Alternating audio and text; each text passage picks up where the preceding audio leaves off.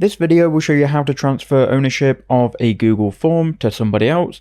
So what you need to do is head over to Google Forms. Once you're here, select the form that you want to transfer, and then you can go ahead and click on the share icon in the top right hand corner. So it's going to be the person icon with the plus icon next to it. Click on that and it will then ask you to share it. You can then go ahead and enter in that person's email. So by default, you will have given no one access to it. You then need to type in the email of the person you want to share this with. So I'll just add another email here, and you want to make them an editor. Go ahead and then click on send, and that will then send them an email with an invitation link. They will then need to go to their email and then open the form.